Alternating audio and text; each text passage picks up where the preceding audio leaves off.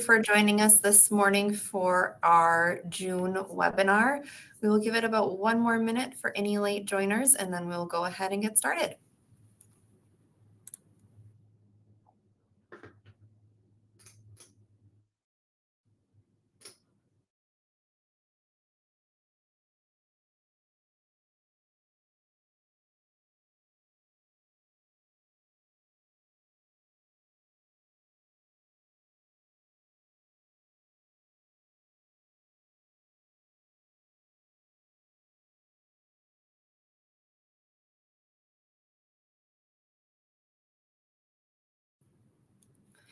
Okay, we are going to go ahead and jump in here. Again, thank you all for joining us for our June webinar. Today, we're going to be talking a little bit about how to capture your own content, and then Maggie will give us a little insight into your easy button to hit to capture content as well.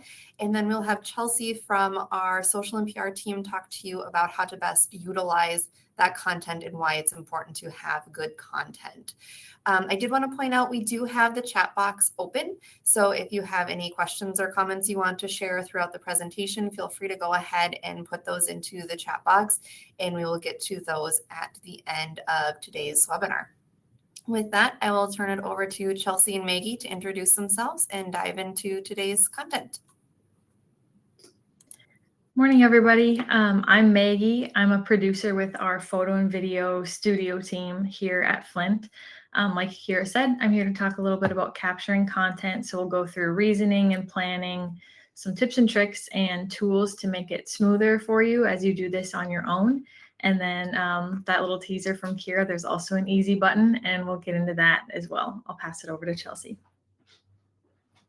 Hi, everyone. I'm Chelsea Stoa. I am on the channel team, specifically doing public relations and social media. So like Maggie and Kira said, after Maggie goes through how to capture content, I will go through kind of why it's important to be posting on your social channels organically, maximizing the impact of your content, and then best practices. And then we'll talk through a new tool that we have coming up for Google Business Profiles. So we'll go through all that here too. And like Kira said, feel free to throw some questions in. I can take a couple questions when I'm through with my part, and then we've got time built in at the end as well. So feel free to chime in and we can get going. So as far as capturing content, the reasoning behind it is, you're doing it on your own. It gives you that flexibility and the quick turnaround time that you sometimes need to upkeep with your social and your posting and just the general communication that you have with your customers and your followers. So first of all, authenticity. If you're capturing this yourself, it's visible, right? There's a difference between seeing something like what's on the screen right now. You can tell someone ran out there with like their phone and took a couple nice photos that they wanted to share with their followers versus some of those more stock heavy or really professional looking photos, which are great. We've all seen them. There's a tractor or some piece of equipment with a beautiful sunset in the background. It's a beauty shot. And they certainly have their own purpose and they serve it well, but there's a little bit of differentiation that sometimes can help. So differentiating from those stock heavy images that a lot of competitors use, having this be a little bit more organic builds out that authenticity, and then it can also build trust with your customer base. I think it's kind of easy to tell sometimes, you look at a photo and sometimes you can even tell like who took it, it's their style, it's what they look for in a photo, and that just continues to build that recognition with your customer base.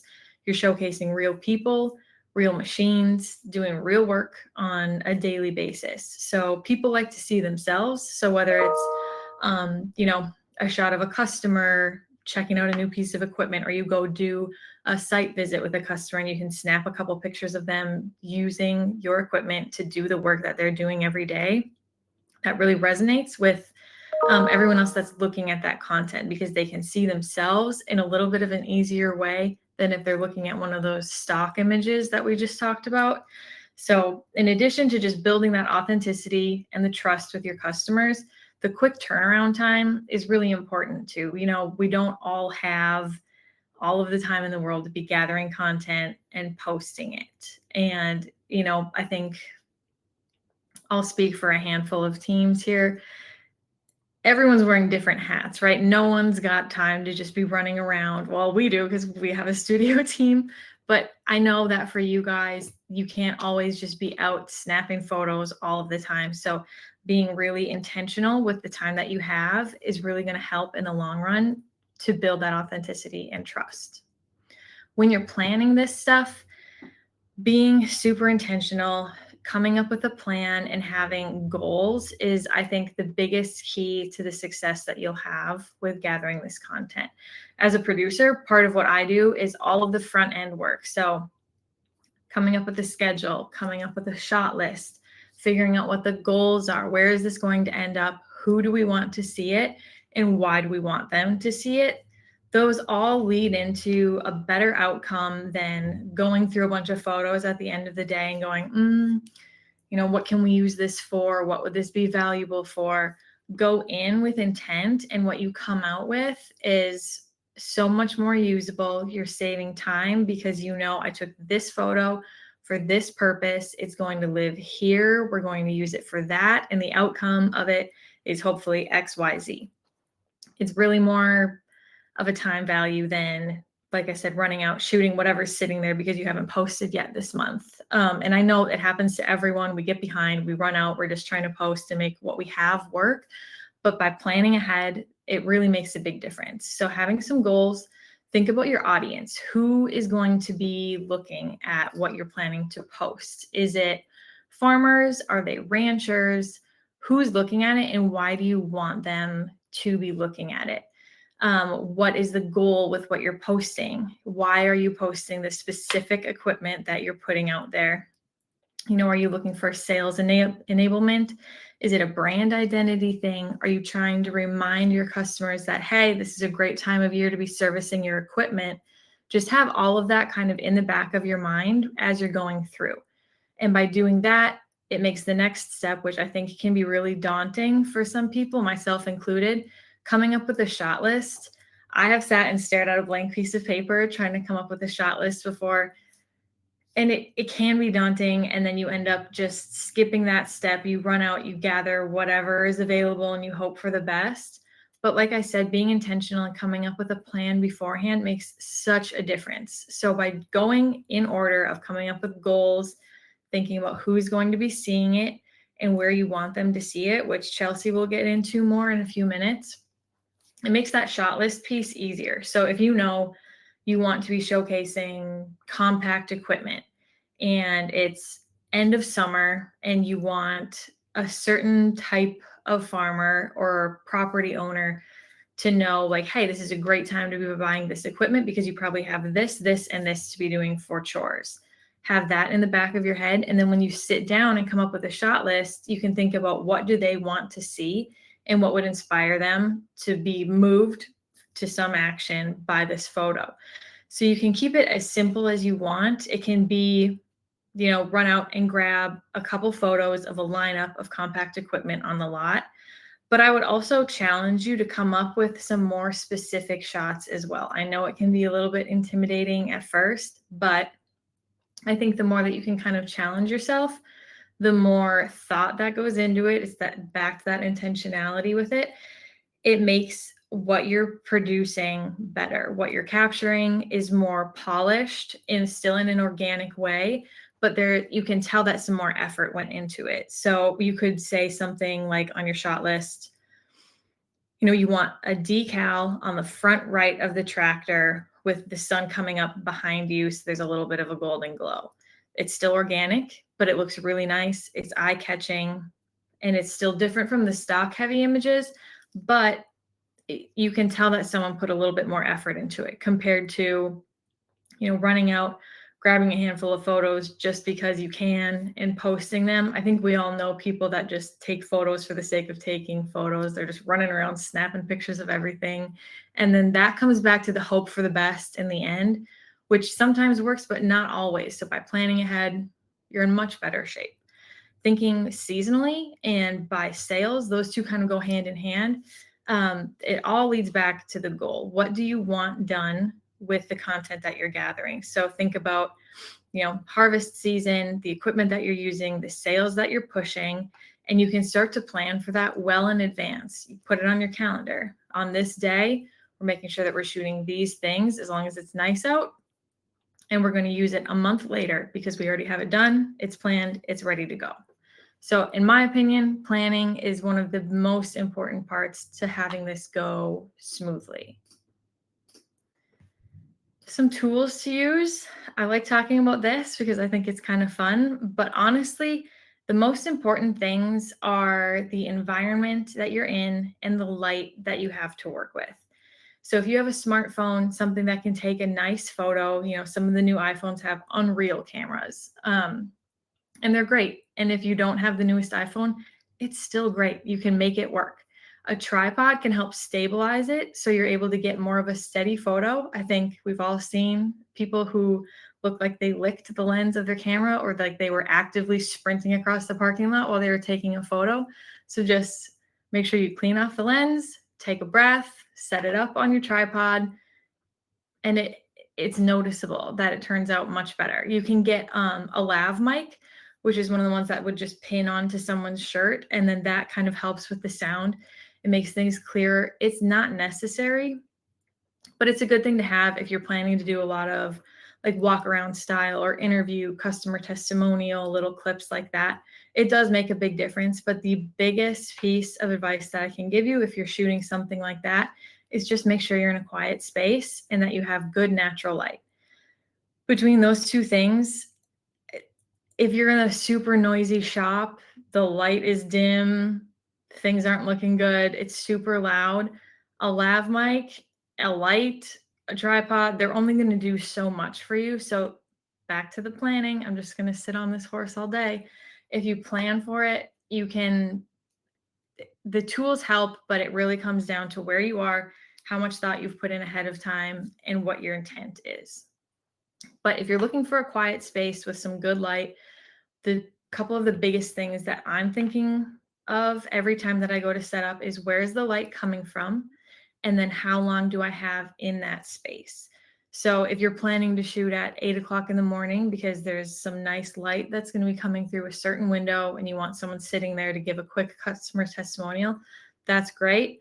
But if you're running behind and the light is gone from that room, just make sure that you're still thinking about where the light is and how nice it will or won't look. Or if people are on break and then they're coming back at 8:30, we've run into that too. You're 15 minutes behind schedule and then everyone comes back from break. You no longer have a quiet space. Rather than forcing that to work, just take a second and think of a new plan. By just taking a minute, whether it's setting up the photo, rethinking your plan, or just being really intentional with, hang on, this is what I was thinking we would shoot, but what if we did something else? Because how is this actually going to be used? Just taking a second really helps in the long run. Once you gather the content, there's a lot of software out there. There are some great apps. CapCut and Canva are two of my favorites. This software is built for you. It's meant to help make your lives easier. So if you're shooting something for, an Instagram story or a Facebook reel or something like that, you can use these apps and they'll put together photos for you. They'll combine photos with video. You can put music to it and it looks really nicely done. Looks like someone put some effort in and it makes a difference versus just posting an unedited clip that maybe goes a little bit too long. Be intentional with the amount of time that you're taking on the videos that you're posting. And these tools are really, really helpful for when you're planning to post the content that you've gathered. Couple tips and tricks. We already kind of talked about the prep work as far as making sure your lens is clean. Having your space be decluttered. You can go in with the best plan in the world and have, a really nice shot of a salesperson and a customer at the counter.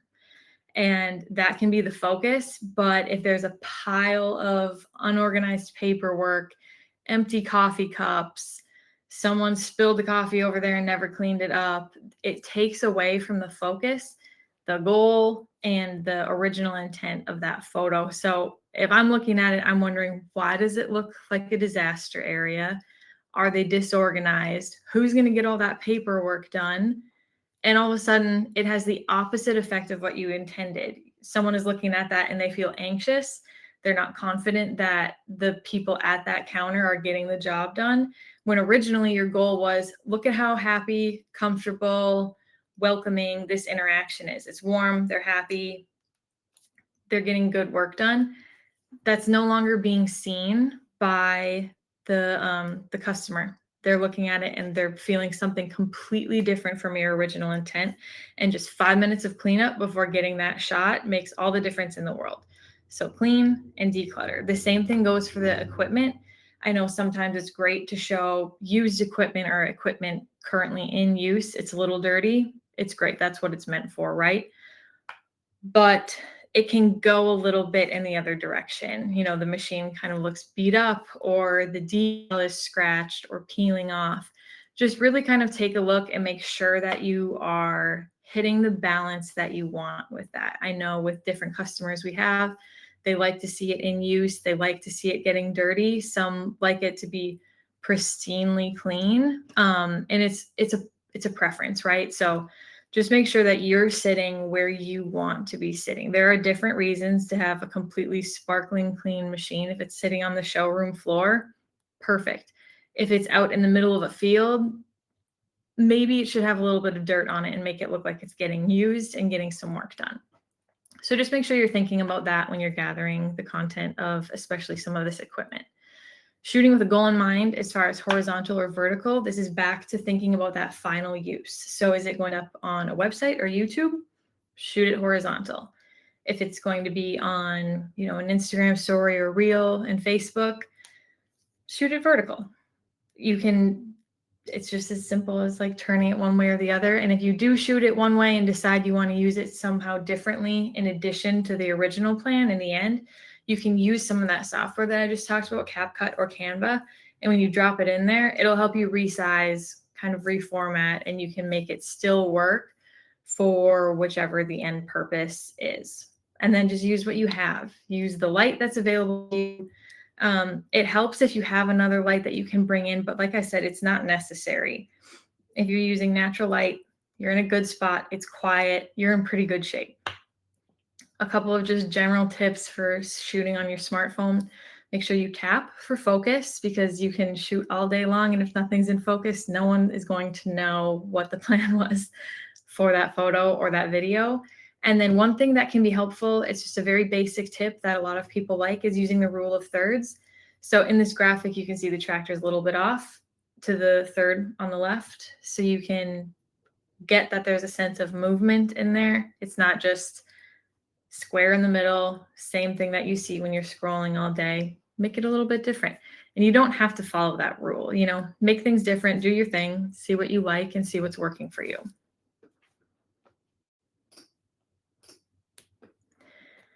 Okay, now onto the easy button piece that Kira teased earlier. We can help with this. So like I said, when I introduced myself, I'm a producer. This is what I do. I come up with a schedule, I come up with a shot list, and go from there. So if you are feeling a little bit overwhelmed, you want a pile of content in a 1 or 2 day shoot, we can come and get that for you. If you have certain goals, this is what we would do. We would sit down, we talk about what you want out of the shoot. We call it a content safari, which means we just come and we gather everything that we can with what's available to us on that 1 or 2 day that we're there.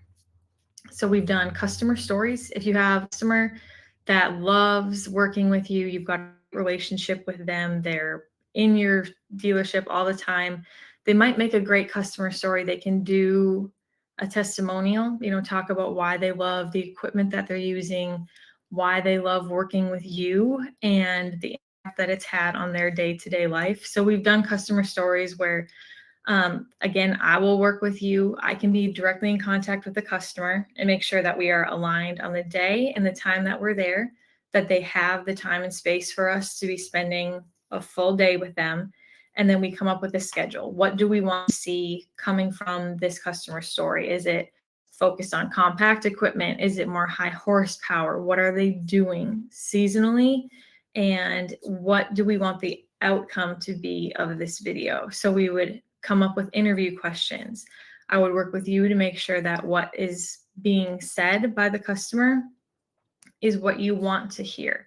We're not leading, but we're asking intentional questions. We have a shot list of items so that we know we're shooting, a bucket and maybe some planting or season. So we need to make sure that we're getting this, this, and this. And then we make sure based on what you want and the end goals you're using it for, that we are hitting everything in the priority order you have, because content safari. So we're there to gather what we have available to us that day.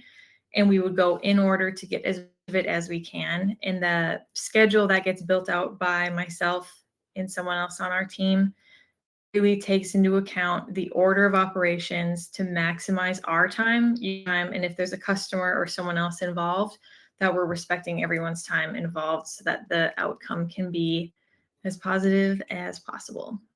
But we talk to you first, we hear your goals, we hear your budget, and then we can have a conversation on what we need to do to make that all work so that we can get something put together for you.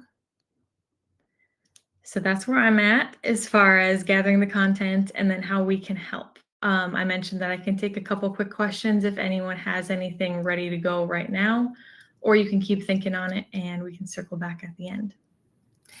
Before we jump over to Chelsea while we're waiting for some questions to come in, I just want to point out content safaris can be done just of your dealership too. We don't always have to have a customer involved. So some of those pictures that you saw throughout Maggie's presentation were down at Atlantic and Southern last year. And those were just pictures around their dealership. And it was exactly what she said. We just captured what we could that day. We did have a shot list going into it and some ideas of what we wanted to get. But for the most part, Maggie just ran around and did her thing and got lots of content for us that day.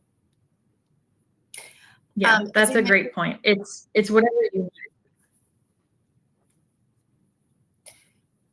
As a reminder, if you guys do have questions or comments, feel free to put them into the chat box. It looks like Brett did comment about using a gimbal to stabilize your phone if you're doing walkarounds. Maggie, do you want to maybe just explain to people what a gimbal is if they don't know? Yeah, Brett, that's a great point. So if you have something that your phone is sitting on, it kind of takes the bounce away. So if you are trying to kind of hustle, the phone isn't as shaky. It float more, so it holds on to the focus, because remember, you're tapping for focus, and then it'll lock into that and hold on to it better. So you're not running and trying to make sure that whatever is in focus is still in focus. It really helps with the stabilization. Good one, Brett. If you guys think of any other questions, feel free to drop them in the chat. Maggie will stay on till the end, and we'll transfer over to Chelsea, and she'll talk about what you're going to do with all this great content. Great. Thanks, Maggie and Kira. So we'll move on to, like Kira said, now that you have the content, what are you going to do with it? So just kind of an overview of why organic social media is so important. And why it's important that you invest in it as a dealership. So people don't want to buy from faceless corporations. They want to buy from people that they trust. So we're really looking at those authentic connections.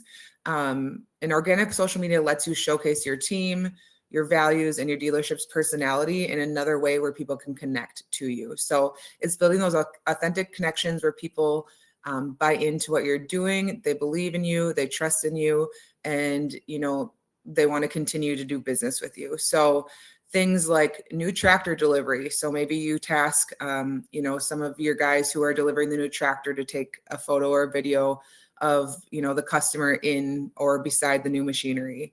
A service tech spotlight, a birthday shout out, or things like that, or an anniversary, work anniversary of somebody at your dealership.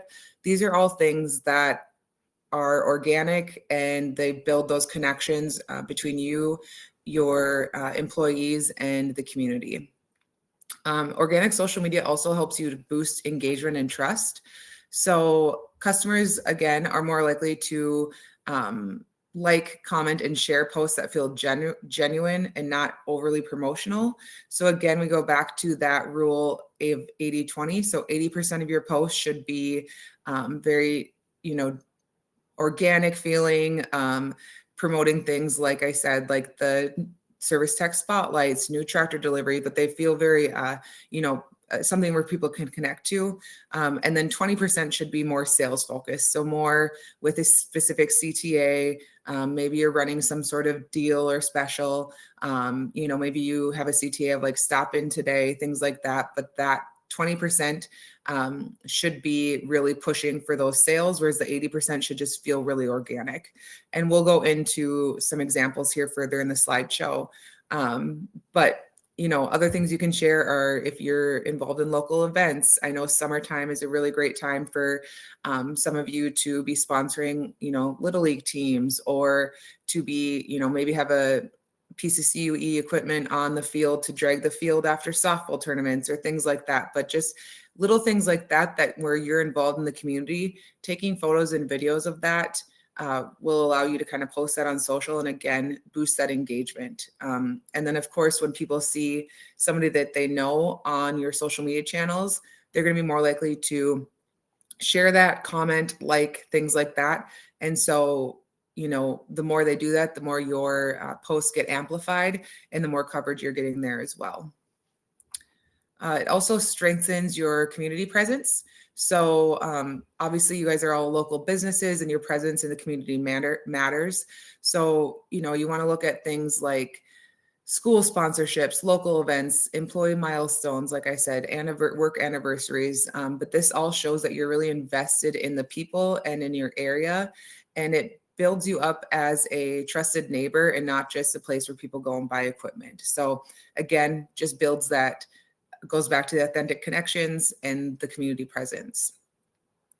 Another thing that organic social media does is it really supports word of mouth and reviews. And so when you're able to post happy customers, testimonials, highlight 5-star service, things like that, even if you go to like Google Business Profile and things like that, if you take those 5-star reviews and shift them into a graphic for your social media channel, it's going to encourage others to chime in. So maybe, John down the street had a great experience and he posted about it on Google Business Profile. You take that, make it into a graphic testimonial, and other people start commenting about the great, experiences that they had at your dealership. So the more that you can build that up, the less work you're going to have to do on the back end and the less salesy you're going to have to be on your social channels. It also builds, positive word of mouth. So the more people talk about your dealership in a positive light, the more you're going to get out of that as well.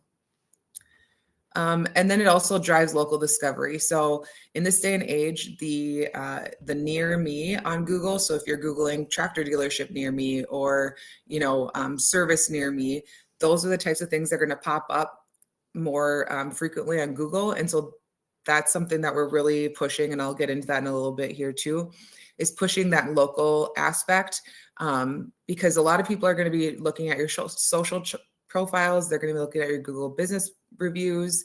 And if you have a 5-star review, but you only have one review, or if your dealership is showing 5 stars, you have one review, it's not showing you as very credible, and so the more that you can push those reviews and that type of thing, the better off you're going to be, especially in the world of AI right now, where, if you're Googling things like tractor dealership near me, and the AI summary pops up, those are the types of things, again, with SEO and all those things, that's going to put your dealership at that level.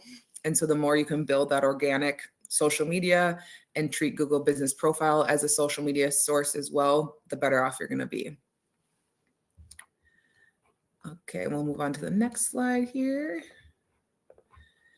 So this is just kind of a slide showing, different social media platforms that directly influence buying decisions. So 39% of buyers made purchases via Facebook. So thinking of things like Facebook Marketplace, maybe you have some used equipment that you can have your sales guys post on those channels. Things like that. Maybe you're on TikTok and you're doing walk around videos. So it's not necessarily that people are buying directly from these platforms. It's more so that they are being influenced by these platforms. So I think we've all probably fallen victim to ads or, things like that on social media channels and purchasing things from those. But the more people are looking at social media, They're looking at, again, reviews on social media. They're looking at your Facebook page. And if it's all, just, stock photos and imagery and things like that with no real people, it's not showing that you're as credible or as relatable. And so the more you can do those types of things, maybe you just walk out, again, like Maggie said, you take your phone, you wipe off the lens, and you go out and take some photos and videos of the pieces of equipment you have on your lot. The more people are going to be able to kind of connect with that and feel real, the authenticity from you guys. So just a reminder that if your dealership isn't showing up organically, you're missing buyers kind of where they're actively shopping. So I'll just kind of go through what each one is. So Facebook, obviously, and Instagram are more for local business visibility. Facebook is leading in purchases across all social media platforms. TikTok actually is now at 36%, where people are influenced to buy. Keeping those short and authentic videos can really help you out as well. And then just reminding you guys too that, you may shoot a video for Instagram and you can repurpose it onto the other platforms as well. So you don't need to just only have, get one piece of video and only post it on one social channel one time. You can do it multiple times on multiple different channels. So I know this slide is a little bit hard to read, but I just wanted to kind of go into the PESO model and why we utilize this as a marketing team to really maximize the impact of what you do. So this integrated approach just ensures that you're not reaching people, but influencing them where it matters most. So if you look at earned media, you look at shared media, paid media, and then also, earned media, owned media, sorry.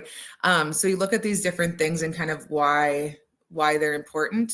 And then in the middle is the overlap. So it's just maximizing your impact. So it's going to, again, build that trust and authority, boost your local SEO and visibility, generate loyalty and leads, and then gain momentum from community engagement. So again, if we're looking at your earned media, so maybe there's influencers that you're working with, maybe there's bloggers, maybe there's reviews, things like that. Those are the types of things that's going to kind of live in that area. That, again, if you have a good 5-star review or somebody, left a message on Google Business Profile for you, and then you can capitalize on that for your other platforms as well. Your own media is going to be more if you have webinars like we have today, your visual content, your things like Maggie just mentioned too, going out and shooting those types of testimonials and things. Those are going to really add to your impact and be able to maximize what you're doing.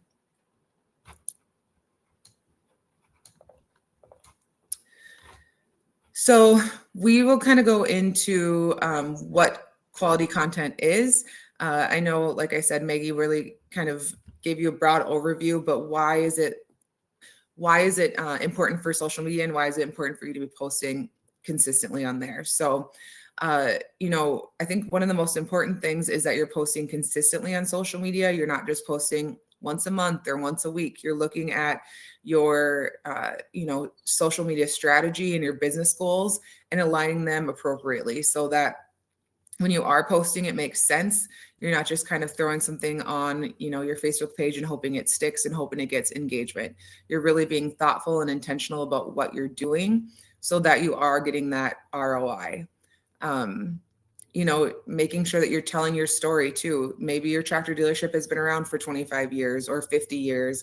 Maybe it's gone through multiple generations. Looking at those kind of fun things that don't necessarily feel like a big deal to you, but when you're posting about that on social media and the people are able to, again, just really resonate with what you're doing, the better off you're going to be in terms of sales and things like that as well. It's really important to look at your community management too. So what I mean by that is when you are getting comments on your Facebook posts, when you're getting reviews on Google Business Profile, things like that, making sure that you're going in and you're actually responding to those. So even a simple like on Facebook, if somebody comments something, is going to go a long ways, because it's going to make sure that people know that you're listening, that you're reading reviews, that you are, thankful for what they're saying, because again, word of mouth goes so far. And so just continuing to engage with people in that way as well. So your quality content, again, needs to be relevant to your audience because it builds that trust. So what do your customers care about? It's not specifically just maybe what you want to sell, but what do they care about and why do they care? Seasonality is a really big thing where you want to make sure that you are posting, you know, even things like switching out your cover photo on Facebook every quarter so that the seasonality is showing with different pieces of equipment. But just making sure that you're really obviously marrying the two in terms of business goals and what you want to sell, but making sure that you are thinking about what they care about as well. So you could think about things like service reminders. So maybe going into season, you know, obviously that's past, but you know, maybe you're reminding people about these are the things you need to do. Here's your spring checklist. Here's your fall checklist before you go into harvest. But looking at those types of things just to, you know, to keep your audience engaged and position you as a thought leader as well. So you want to make sure also that it's engaging. So you want to make sure that your content can spark action. So again, likes, comments, shares, direct messages, the more that you're getting people to comment on your social media channels and share it, the more you're going to amplify what you're doing. So asking questions, like using polls, featuring real customers who are then going to see that, you know, their neighbor was posted and they're going to share it, or telling behind the scenes stories is going to be something that's really important, and things that, you know, will again help engage your audience on social media.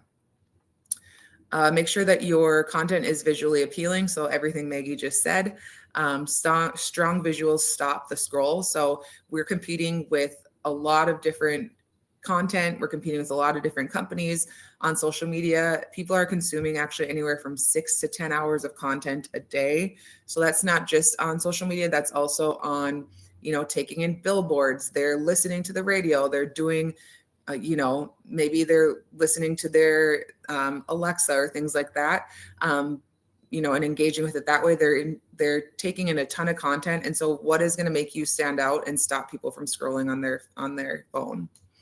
Again, using clean images, team photos, short videos. Maybe you have a branded design element, you know, or a logo that you put on each photo, things like that. So just looking at consistency, so that people can recognize your dealership and your voice. A positive user experience, we've kind of built off that, but should be easy to read, quick to watch, and simple to understand. Make sure that your visuals are not cluttered or overly salesy. So again, looking at that 80-20. And then just think, you know, put yourself in the seat of the user and think, is this something I would stop on? Would I care about this, or would I trust this business more based on this? But really kind of getting yourself into that user experience and building off of that as well.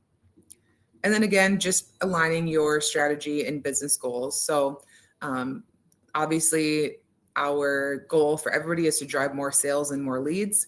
So just looking at, you know, what that looks like on organic social to really promote that trust and loyalty and visibility as well.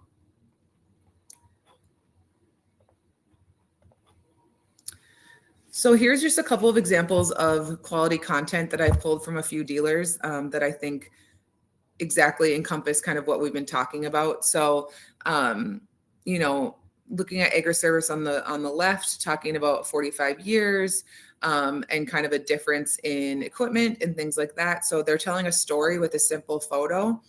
The caption is to the point, but it also, you know, gives you kind of an overview of what they're trying to do there. It makes you, you know, it's kind of a cool photo where it's a throwback with a new piece of equipment as well. So it makes you connect with that as well. Maybe your grandpa or, you know, your customer's grandpa had a piece of machinery like that 45 years ago. And so it helps you to, again, to just kind of connect to it in a different way. We also have Chronicles of a Farm Mom. So this is actually from AGCO Corp. So they're telling stories, you know, in a different way, showcasing the family, again, allowing people to connect with the content on another level.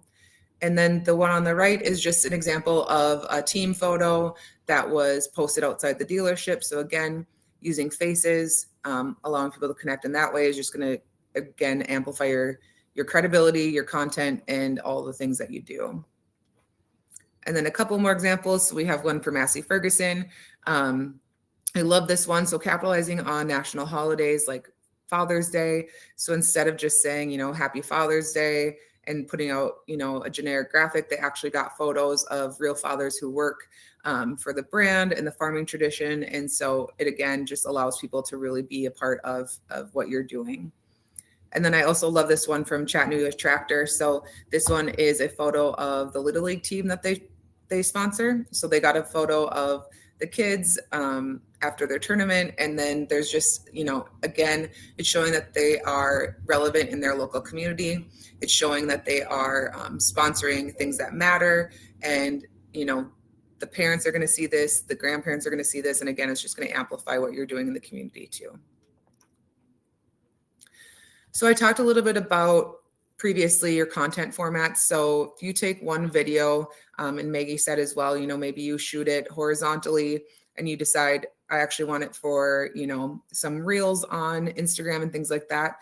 Leveraging those different tools to amplify your content. So if you look at one piece of content, you can use it. These are kind of just the different content formats that we look at when we're looking at what we're shooting, what we're doing, and what what the goal is with each. So we're looking at, podcast is one forum. So if you shoot a podcast, obviously that goes out over the podcast channels. You can also maybe shoot live video with it and then post it on YouTube, post it on Facebook or Instagram Reels, recreate it into those short videos. Looking at your stories. So looking at Instagram stories, which is a really huge, a lot of people engage with Instagram stories. They're really easy to do. Maybe you're going out and shooting, just a quick walk around video. You post it on YouTube and you also post it on your Instagram stories, but just looking at different ways to leverage your content in other ways. So again, it's not about creating more content. It's about maximizing the impact of the content you have. So here's a good example. Massey Ferguson had a blog that they posted. So they had the blog on the website. They also posted on their social media channels to drive back to the blog, to the website. And so, they're looking at different ways to leverage that content so that they are able to continue to build off of that and drive traffic again with your SEO, link clicks, engagement, things like that. And then also what matters to the farmer. So looking at, the seasonality and why consistent baling matters.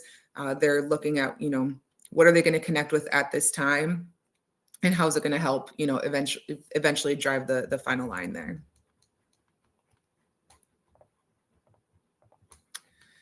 So some best practices with social media posting, make sure you're being clear and concise and getting to the point. So nobody wants to read, a super long caption on Facebook. If you have a lot you want to say, maybe you put that as a blog on your website. Maybe you, again, do, some sort of video, things like that. People are going to be more likely to watch the video and take that content in rather than read a ton of stuff. There are platforms, obviously, for that, again, you can leverage, like we just saw with the blog for Massey. Make sure that you're hooking your users early. So start with something engaging. Going back to that example from the dealership from, I think it was Agri-Service with the 45 years. So I think, you're seeing that the longevity and things like that, hooking them early and making sure that they're feeling, again, that connection. So optimizing for search, using your keywords and strong headlines. Again, SEO is just getting more and more important, the more we get into these types of things. Providing value to your customers. So looking at your insights, solutions, next steps. Again, going back to the last example we had, why consistent baling matters. And again, it drives your bottom line of why you are the dealership, to help them do that. So make sure you're creating for the platform. So again, sizing and things like that is going to be really important with this. And then also staying consistent. So making sure that your brand has a tone, a style, that all the things that you're posting are accurate and make sense to your user as well. So as I said in the beginning here, Google Business Profile is getting more and more important. So the near me searches, again, if you're visiting a new town or something like that and you don't know the local businesses, this is something that's going to be really, really beneficial to your dealership. The more you can push reviews. So they have actually a really nice aspect on Google Business Profile right now where you can go in and you can actually click ask for more reviews and it'll give you a QR code. And so maybe you put that up in your dealership and say, please go and, had a good experience today. Please go and give us a Google Business Profile review. It helps us, as a local business, it really helps us to amplify what we're doing. Again, local SEO. So when you are setting up these Google Business Profiles, making sure that you're listing them under the correct categories. So you're looking at, machinery, dealership, service, things like that. But the keywords under there, making sure that you're posting there so that when people, so for example, up here in Fargo, last weekend, we had a big storm. So now a lot of people are looking for storm recovery options or, things like that. And so making sure that your dealership is going to ping when they're looking for specific things that you offer. And then critical business information. So what are your hours? Making sure your phone number is updated, making sure, maybe you're closed for a Christmas Day, making sure that you have that posted on there so that when people are Googling you or searching you, everything is accurate and up to date. And we do actually have a new tool that we are launching here soon, where we're going to be able to do a lot more with Google Business Profile. And so it's really a review site where we can pull in reviews from your Google Business Profile onto your websites. We can look at, again, leveraging them for testimonials. We can actually ask for reviews via text messages or emails. There's a lot of different things that we can do. And then also looking at kind of, the photos and treating Google Business Profile really as another social media site. So as you can see here, I Googled tractor dealership near me. Butler had put a little bit of money behind this to get sponsored or to be, at the top of the list, which is another thing that we can offer and help with as well. But they're also leveraging their Google Business Profile as a social media site. So updating different photos on there, making sure that things are accurate, that they look good, that they're responding to reviews. You can see they have a 4.6 star rating with 80 reviews. So they are legitimate and they are, trustworthy as well there. So again, just looking at different ways to leverage that Google Business Profile and do things, that we can help out with as well. And that's all I have. Thank you, Chelsea. If you guys have any questions, feel free to put them in the chat and we will answer those as they come in. I just want to point out, as Chelsea was saying about Google, just so you guys know, that's going to become more and more important with AI and how AI is picking up your websites and your content that's being posted out there. I was just reading an article the other week that was talking about how more people are starting to use ChatGPT than they're starting to use Google. So it's going to be really important that you're keeping all of your content super updated so that you're pulling into those searches as well. We do have a few questions that were submitted prior to the webinar, so I'm just going to go through those quickly as the rest of you are thinking of any other questions you may have. Maggie, the first one's for you, and I'll help you answer this one as well. What is the cost for a content safari? It's a great question, and it's one that we get fairly often because you'd think it's just a standard number. And it's really not. And that comes back to what I had mentioned before about how we start with the conversation. We hear about your budget, we hear about your goals and what you intend to use it for and how we can best help you with that. So we really take it on a case-by-case basis. It could be a one-day shoot. It could be a two-day shoot. If it's something more involved, we would bring maybe an extra crew member, some extra lights, things like that. So it really comes down to what you need and how we can balance what you need with whatever budget you're working with. I know it's not a great solid answer for you, but it's just, it all comes back to the goal and the plan. I think we often use the analogy as kind of like building a house. It depends on what you want out of your house. Do you want a small 2-bedroom house or do you want a large 5-bedroom house? So it kind of depends on that. But I will add, it is co-op eligible at 60/40. So if you are interested in a content safari, we are able to run that through co-op for you. Our next question, this is probably for both of you. How do we get employees to engage both in images if we want to do a content safari on our own and or in our social media spaces? I can jump in on that first, Chelsea, and then you can maybe hop in on how to use it. One thing that we really emphasize when we are starting to plan a content safari is who will be involved and what is their level of involvement. And then we encourage you to have a conversation with, if there are employees that you're planning to have attend and be part of it, just make sure that they are comfortable being on camera and with the end goal of where it's being posted. We hate to see, getting all the content and then they're uncomfortable with their image being used. So that is certainly step one. And then step two, make sure that they're wearing what you want them to be wearing that day. Whether that's, a shirt with the logo on it or just some plain clothes, no logos, no branding. Just have that conversation ahead of time, and just encourage participation. It's always a fun time. We have a good time. Our crew has fun. We make sure that everyone involved on your team is having a good time. It's always a good day. So just be clear that it's as low pressure as can be. We obviously take the best of what's available that day.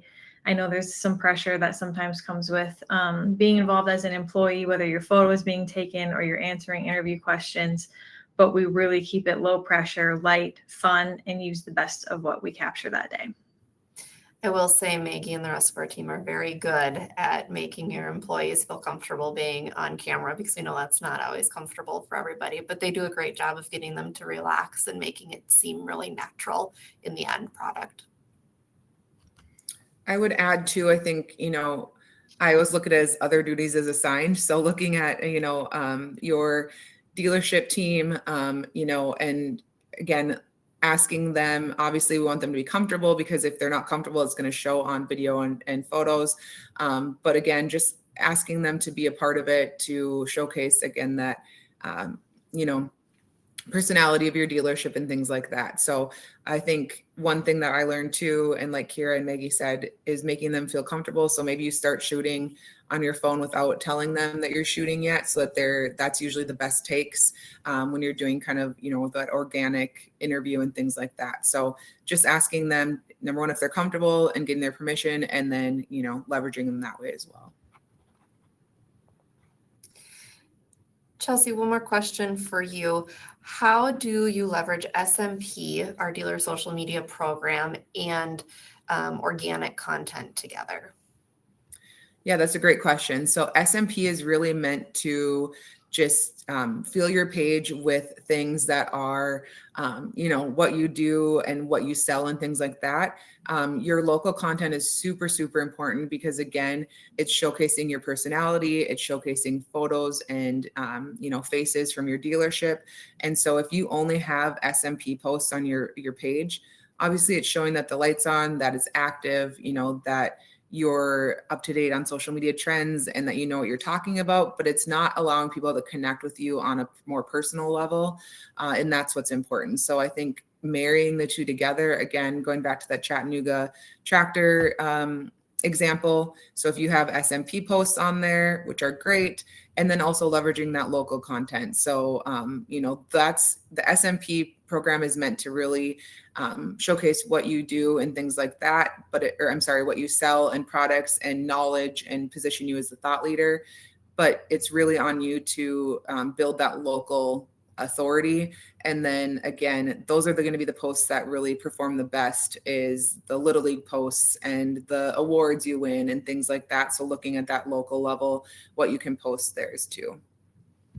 And that is something that we are able to help you with as well, if that's something you're not comfortable doing on your own, or maybe you have somebody that is going on leave for any given reason and you just need somebody to help fill in for a few months doing that more organic content.